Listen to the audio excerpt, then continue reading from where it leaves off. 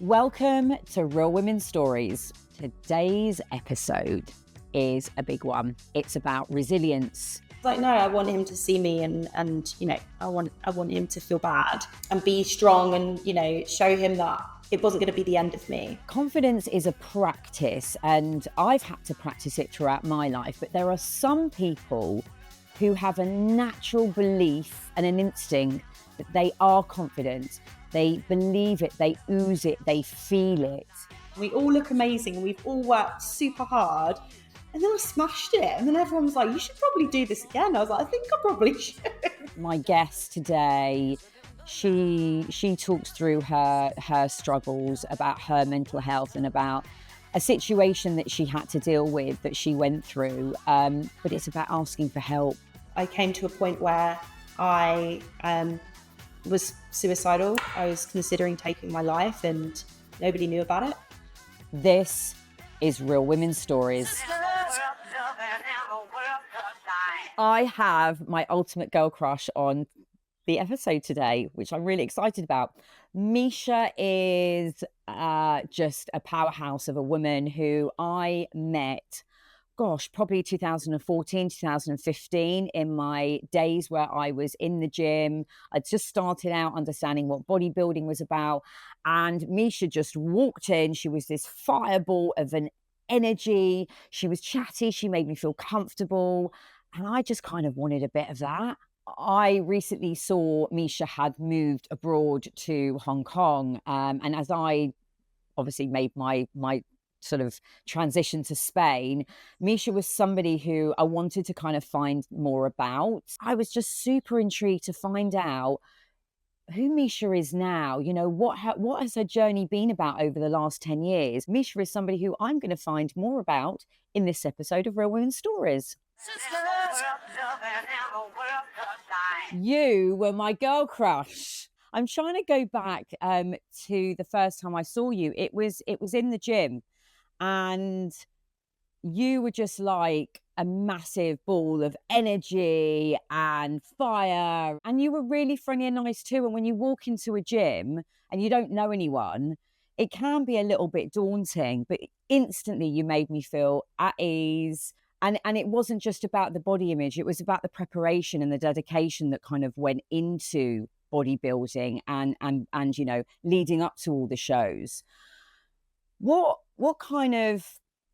made you get into it? Because I don't think we've ever really had this conversation before. No. Well, I've always been very sporty. I grew up as a trained dancer. I was trained classically, and I really wanted to pursue that as a career. And ended up not getting into what I deemed to be the top spot. So I gave up dancing, and that's what led me more down the personal training route. I went to uni. Everyone said I should be a teacher. I didn't want to work with kids. So I kind of got into teaching in another way, right? So I got into fitness. And when I started throwing myself into the fitness industry, I became pretty obsessed with the American side of the fitness industry, which way back then, maybe 15, 17 years ago when I first started, America was very much leading the way in terms of their content and their media and the women that were being produced and the bodybuilding world, right? So I remember I used to order my magazines from the US, and, you know, it was very early days of bodybuilding.com and all of that. And I was just really inspired by these awesomely strong looking women. And it just felt really out of my reach because I'd always been strong and fit and capable and really good at being in the gym. I'd never envisaged myself looking like that. And as we all do, went through a bit of a shit breakup. And I just went, I'm just gonna try. And I did it all myself. I just put myself through a 12-week transformation.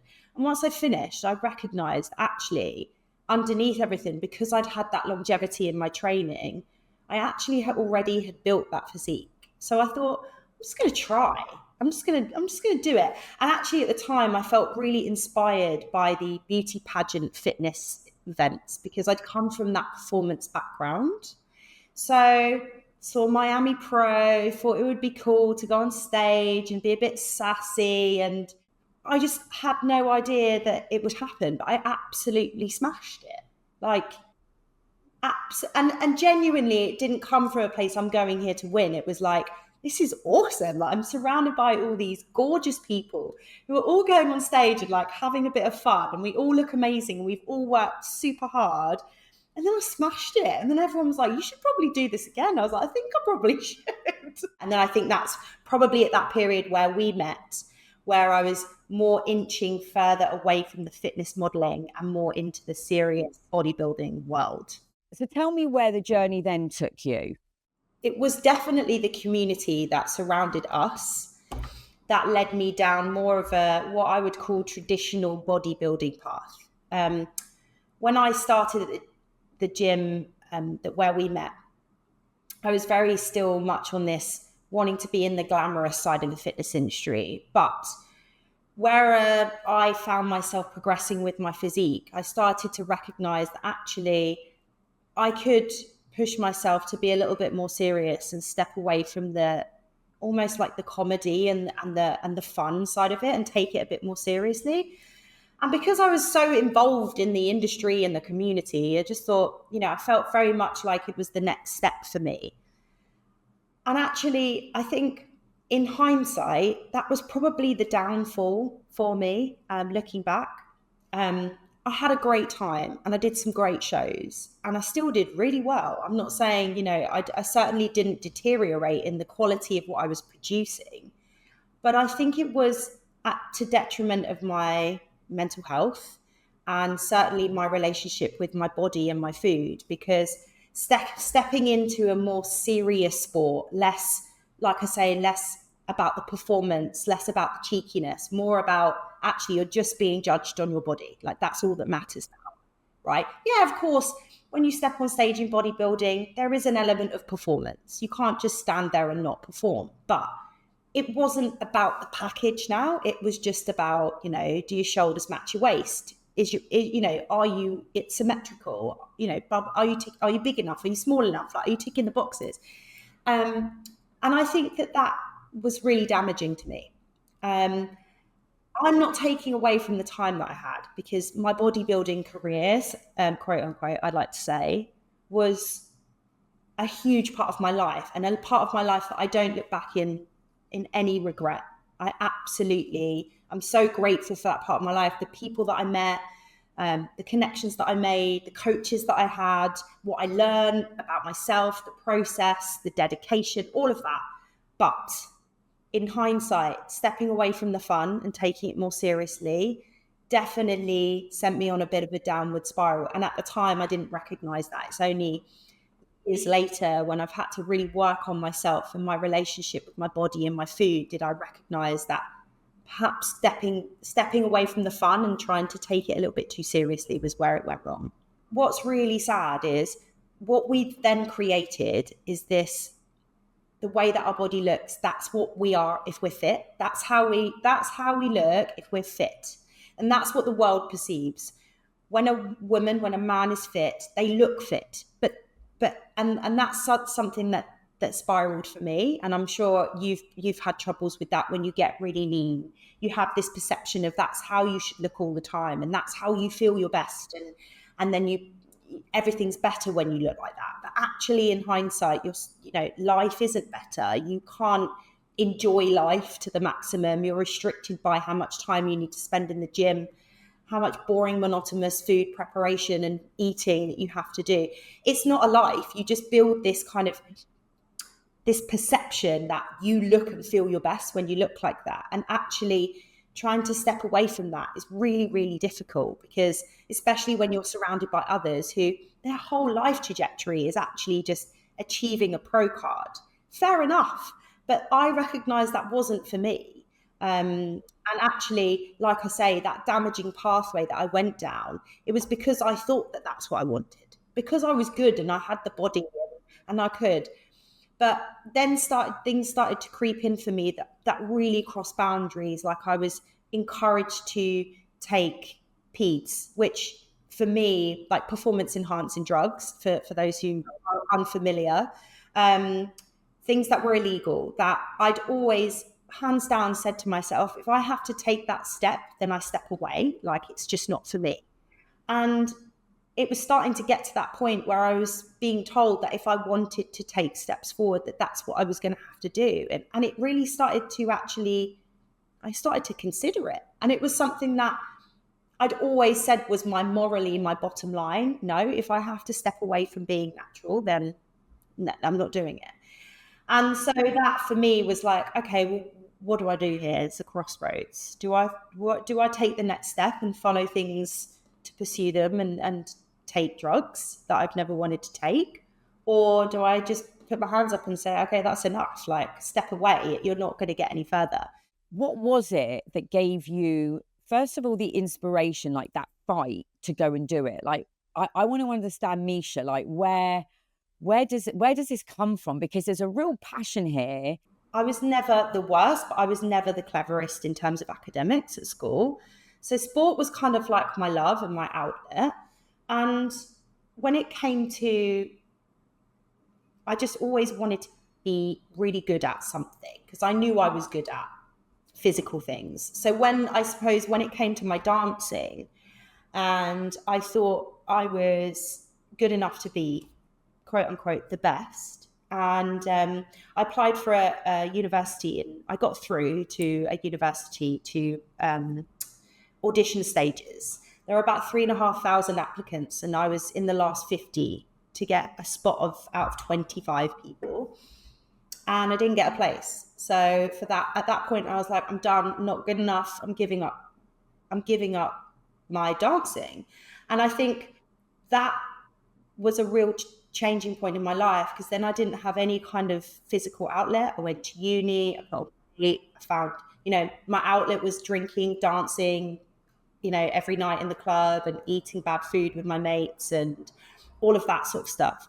So for me, when I found the gym again, it was like I had an opportunity to tap back into that person that I was growing up, which always had an outlet and an opportunity to kind of show off again, in a way of not everybody, hey, look at me, I want all the attention, but, like, look at me and what I'm capable of. Like, if I apply myself, I'm really capable here. And because I suppose in a classroom at school, I was never like, oh, Meisha's really smart. It was like another way of me just being like, hey, look, I can do this, and look at me, I'm very capable. Give me some airtime, with sport. And I think that's what the gym gave me. It gave me an opportunity within myself to be like, right, here's my starting point, here's my end goal. And I think that's also where my business and everything has come from there as well, in the sense of, I was never going to be a doctor, I was never going to be a lawyer, I was never going to do anything. It required extreme academics, but I had this drive to want to succeed and want to kind of prove a point, that I can do that without needing all of that as well. As you were talking, I realise now why you're my girl crush, because there's very few women who are exactly how you've said you are. Why shouldn't you? You weren't being egotistical. You wanted to get out there. You wanted to show your personality. You wanted to show what you were good at. And that's the one thing that we all miss. So now I understand why I was drawn to you, because you were obviously at that, a huge light bulb moment, inspirational person to me. It's like, I want some of that. I want to be able to ooze that. Why shouldn't we? And I think that as women, we sit small, and you did not sit small. You threw yourself out there and you made that change. Unfortunately, the way that society is if we talk highly of ourselves, we're seen as having an ego, being too confident, it's always negative. If we're proud of ourselves, if we're confident in our own skin, of our abilities, of whatever. And I think that's why actually people, and I'm totally okay with this, by the way, people really either take to me like you did when we first met, or they really don't like me. And I think most of that is coming from a place of I make them feel uncomfortable, because I'm just sure of who I am. I'm quite happy to say what I think, be that ruffle feathers or not. I'm always going to be that person, and I'm never going to step back from being that person. And in life, there's always people that come and go out of our lives who try and mold you and change you and redirect you. And there's definitely been moments where I've kind of flopped to that a little bit. And then there's been a light bulb moment that's made me go, whoa, like, hold on, like, I'm not being me here. Like, you go, I'll step back in my lane, and then I come back to myself again. And that's why I think when I did my last bodybuilding show 3 years ago, it was that moment of, I've got no one telling me no. I've got no one trying to tell me which way to go. It was all on my terms. The coach that did my diet, it's what I do as well. I'm in nutrition as well. But, I was kind of directing him, like, you tell me what to do, but at the same time, this is where I want to be. And with my training, it was, I had a CrossFit coach, but it was all on my terms. So I didn't feel like anyone was trying to take me away from what I was trying to achieve. So when you are really sure about yourself and you're happy, like I am now, and everything's just, there's no noise, there's no one telling you what to do. And I totally get what you're saying, and I'm sorry to interrupt you, but I'm literally bursting because I've just recorded an episode of the Let Them theory as part of my coaching, and the episode I've just recorded is exactly that. It's all about you allowing someone else to have control over you by behaving in a certain way because you're worried about their reactions. And what you did was, and you just went, I'm going to let them and I'm going to let me. I'm not going to allow you to control how I'm going to be. I'm going to show up who I am. I don't care what you think about me, what you say about me. This is me. I am me, and I'm going to be me, and I'm going to do my thing. And if you don't like it, that's your problem. But I'm going to like it, and I'm going to shine my light, and no one's going to, as you say, rain on my parade or dampen that light, because why should they? Why should they? You took the power back and you released that control. So it's so interesting. You completely use that whole theory without even knowing about it. I've grown up in a very male orientated industry where I've never been afraid to say I'm a woman and I'm proud, and I don't care whether you're a woman or a man. I can work with you. I can help you reach your goals, whether that be in fitness or nutrition. I've never been intimidated by that. And I think that when you are in an industry or a world which is essentially male dominated, and everything from research to expectations culturally, people don't like strong women, and that almost spurs me on a little bit more. I've always been one of those people that like, oh, you don't like this? Okay, well, I'm just gonna keep going then. I love it. I love that. And I love that you've I think if more people gave themselves permission to be a little bit more confident in who they are, everyone would be happier. Tell me, you obviously left the bodybuilding industry. Were you, I know you've got a lovely little boy, haven't you? I do. Yeah. He's 2. He's 2. So you did your last competition before you had him. Yeah. Mm-hmm. Yeah. And then you have your and you have a lovely little boy. And what are you doing now? You explained that you're a coach. You help people within the fitness industry, or is it women, not just people in the fitness industry? Is it both personal? Back last year, my little family and I, my husband and my son, we moved out to Hong Kong following his career. But it seemed like a great move for all of us. So we moved out here in October. And at that point, I decided to step away from my lifestyle coaching, which was working more with, actually at the time, I developed more into the perimenopausal, menopausal community, helping women at that point of their life navigate their hormones, their lifestyles, etc., etc. I decided to step away from that because since 2023, well, actually before my son was born, so it was kind of at the point where I finished bodybuilding and started to focus heavily on competitive CrossFit. My nutrition company was born, which is called Unbreakable, where I work with amateur athletes to help them create a real bulletproof nutrition strategy to help catapult their performance. So the whole point of it is I'm kind of the last piece of the puzzle when it comes to nutrition. Working with amateur athletes, they tend to put all of their time, their money into their sports. We're talking like people who do high rocks, triathlon, marathon, CrossFit. They work really hard Monday to Friday in their normal jobs. And before they go to work, when they finish work, they spend all their time, energy, money, training with a coach, with all their kit. They compete. They are so focused and driven. And most of these people just wing their nutrition. So Unbroken is there to essentially make these athletes unbroken. That's where the name comes in. But I felt like a lot of people were not, they weren't considering nutrition as the important part of performance-based sport. And I recognize that these people, if we actually nailed their nutrition, sports nutrition is certainly a lot different to just lifestyle-based healthy eating, how much it could help them gain these huge performance-based improvements on a much smaller time scale. So what I do now is I work with these athletes on a one-to-one basis to create them their personalized strategy around nutrition, supplementation, hydration, recovery. And it sees everybody's energy, aesthetic, performance, anything relative to their sport just perfect. Just goes into a place of real perfection when it comes to, they feel good, they're performing well, they're strong, they're capable, they're moving forward.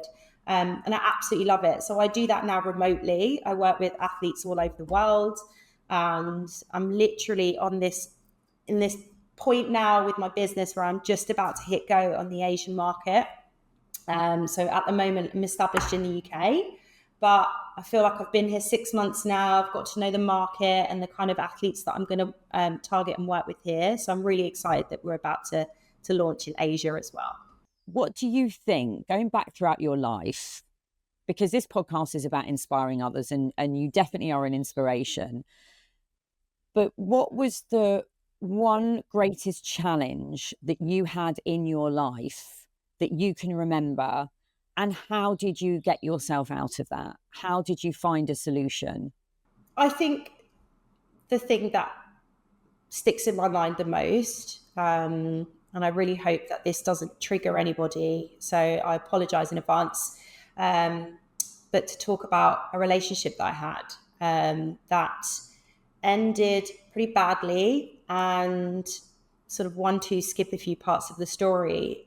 He ended up stalking me and breaking into my apartment where I lived on my own and almost killing me, beating me up.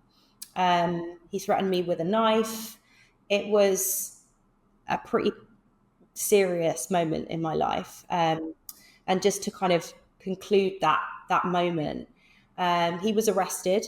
I managed to make a phone call, which he then broke the phone, but the police tracked it. So they managed to come in and save me, I suppose, from anything really happening.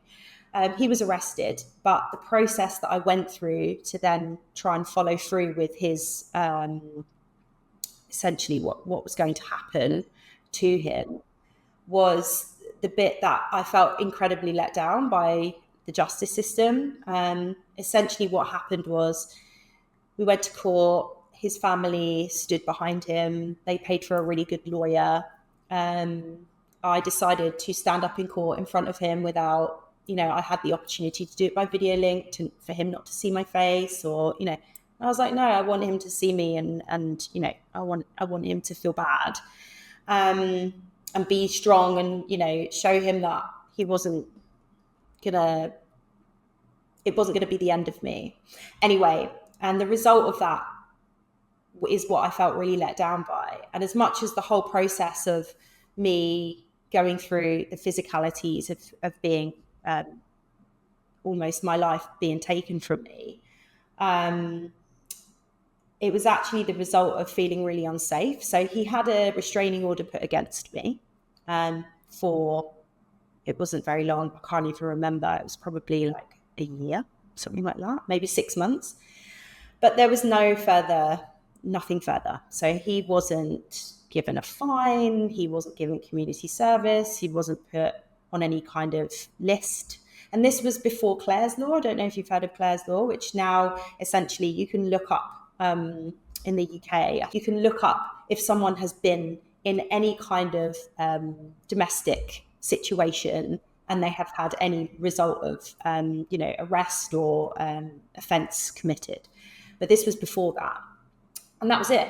And the reason for it, which is what made me feel so let down, is because this was his first domestic violence offence where he'd been arrested. it wasn't deemed serious enough. Essentially, he had to do it again to be put anything more severe in terms of yeah. So that was when I just felt like really unsafe, and I'd always lived on my own, and I felt suddenly like, okay, for myself, my parents wanted me to move back in with them, which wasn't feasible for my job. It was half an hour travel commute. I was in the fitness industry. I started work at 5 a.m. some days. Like, I'm not going to do that. I'm not going to move back. So I kind of had to just dig deep and say, no, like, I have to try and stay on my own and work through it. And that was a detriment to me for sure, because the Meisha that you see now, which is the true me, was just putting on this facade of being the true Meisha. I was acting that everything was fine, and I was just getting on with it. And yeah, it was shit and it was hard, and I, poor Meisha, she'd been through this really hard time, but she's doing so great, because look at her, she's still at work and she's training, and she's doing this, and she's going to do a bodybuilding competition and all this. But actually, it was just a bit of a facade of like me just trying to convince myself that I was okay. So I think actually finding, it was after that I started to compete. And I think finding that really helped me to refocus, give me a goal, and not just, I guess, just focusing way too much on everything that could happen after, me being so sure that nothing was going to happen. And then he breaks in and does what nobody could have expected.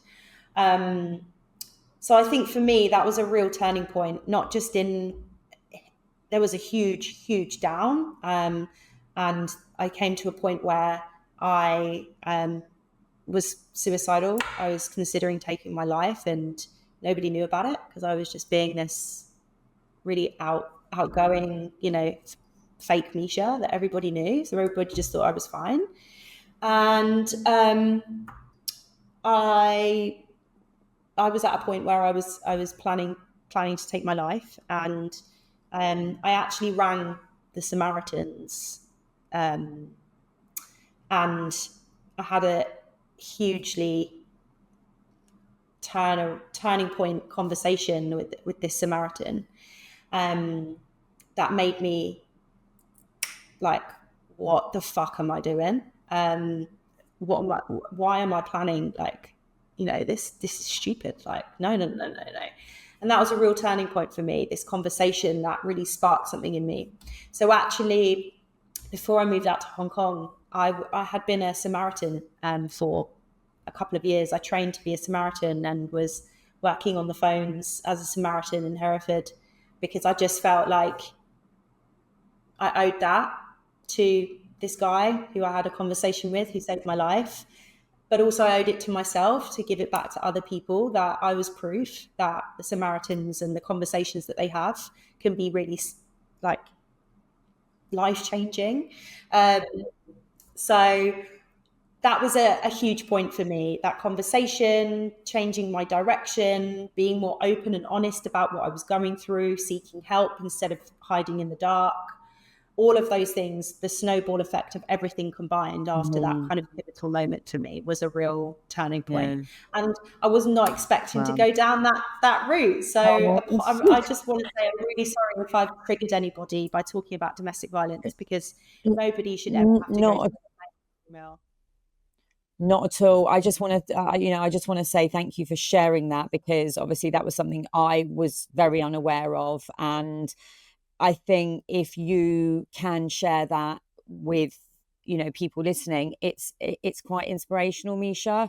You found the strength, and it's quite courageous that you say that the Meisha that you were being wasn't the real Meisha. You were putting on a performance, but you found your strength through a passion that you have, through your sport, through the fitness industry. So it kind of, for me, pieces all the puzzle together now, in terms of,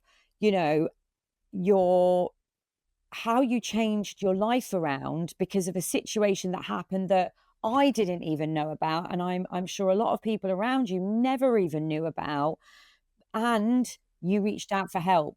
So not only were you and are you a strong woman, you still saw that we all need support and help from other people. Again, this is so important. This is so important in our lives. You know, I'm strong as well. I'm quite outspoken. I'm very similar to you, but I have always reached out to people, and I could not be where I am now unless I'd had that help, be it therapy, be it from a phone call from the Samaritans. And I think it's amazing that you are giving back, and you have helped other people. And I'm sure you've saved someone's life as well. I mean, thinking back, I haven't actually spoken about that for a long time, and to feel so capable of talking about it is a pretty proud moment, actually, because yeah, you're right. There are a lot of people in my life that don't know that about me, and that's not because I'm embarrassed. It's not because of any other reason apart from it's not a nice thing to talk about. I don't like talking about it. It makes me feel sad. It makes me look back. It brings back memories that I don't particularly want to think about. But I'm the happiest and most content I've ever been. So talking about something like that now doesn't feel actually like it takes me back in a really sad way. I look back and actually recognize how far I've come, and in a very strange way, I'm grateful for what I went through, for it to have brought me to where I am now. You know, I'm not a believer in coincidence in terms of luck and, you know, the universe. It's just not for me.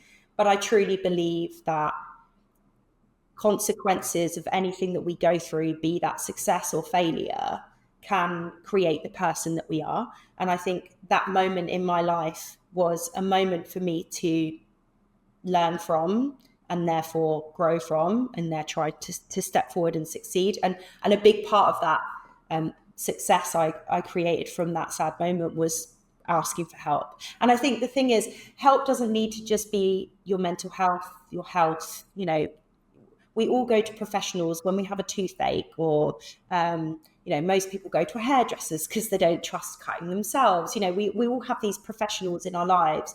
We go to a doctor when we're sick. But when it comes to our general health, our nutrition, our fitness, our mental health, there is this kind of stigma about paying someone to help you. And it's like we should do it ourselves, when actually, just because there's loads of information in front of us doesn't mean that we should or we can. Having someone there just to guide you and make that process much more personal for you, whether it's weight loss, whether it's business, you know, anything. It's that support that when you ask for help, if you're just stuck, that is, and the accountability is everything. You know, for me, showing up to therapy, when I had one person in my ear telling me that I was crazy, why are you going to therapy? And then showing up to therapy, just booking a session and having to be accountable and being there. And my first few hours thinking like, what the fuck am I doing here? This is bullshit. Like, it's not getting me anywhere. To then having this like breakthrough moment of like, wow, like, okay, now I get it. I totally agree with you. I'm very much, you know, I've had many situations in my family set up where I've had to move locations, and I've actually rung on people's like neighbors' doors, because, and not knowing them that well, but going, I need some help right now, because if I don't know what I'm going to do, because I can't cope right now. And they sat me down, have had a cup of tea, and they're now lifelong friends. And that's because I've reached out and I haven't been afraid to, because I knew that if I didn't, something bad was going to happen. Do you know what I mean? And that's just a neighbor. That's just a neighbor. Mish, thank you, my love, for sharing all of that. You should be so frigging proud of yourself. I just hope that this conversation helps someone. So, and thank you so much for inviting me. It's genuinely such a pleasure.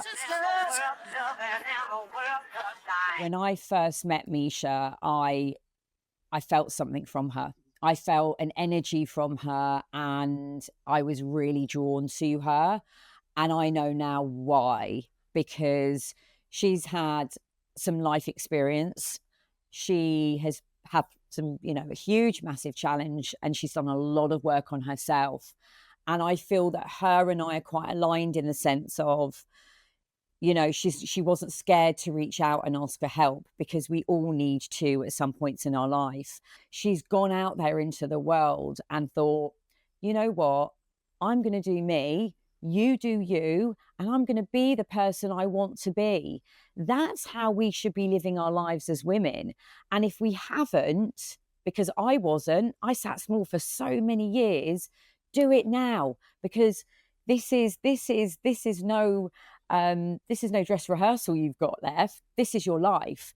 So be inspired by Meisha. I think it's so interesting how I've been using the let them theory. I've been reading Mel Robbins's book. I'm using it throughout this whole series and in my coaching episodes.